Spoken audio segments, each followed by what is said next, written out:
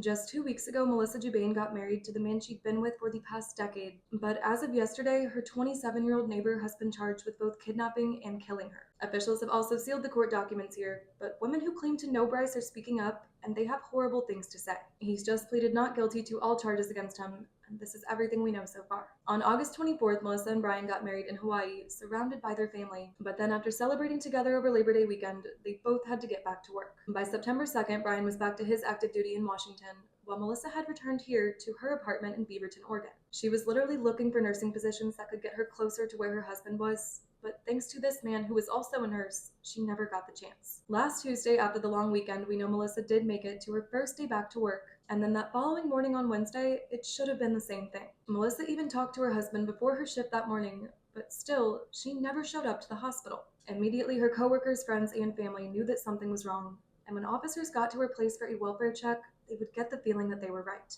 Again, last Wednesday, officers searched Melissa's apartment, but while they found that she left and locked her door at 6:30 that morning, she clearly never made it to her car. She also wasn't using her credit cards, and her phone appeared to be turned off, and so by about 3 p.m., she was officially registered as a missing person. It was really then that the community came together and spent 3 days searching for Melissa, while police brought in canine units and started going door to door. Tragically, it was announced on Saturday night that as a result of an extensive investigation, they've recovered human remains and arrested 27-year-old Bryce Schubert. Now, as we know, Bryce is also this registered nurse, and he worked at Providence Portland Medical Center until October of 2023. Yesterday, police tacked on even more charges against him, but citing the integrity of the investigation, they won't say anything more. What we do know is that there are women online who claim to know Bryce, and they are talking about his past behavior. One statement comes from a nurse in the area who says he, quote, has a lengthy history of abusing partners and humiliating women, including herself, and that he is a vile human being.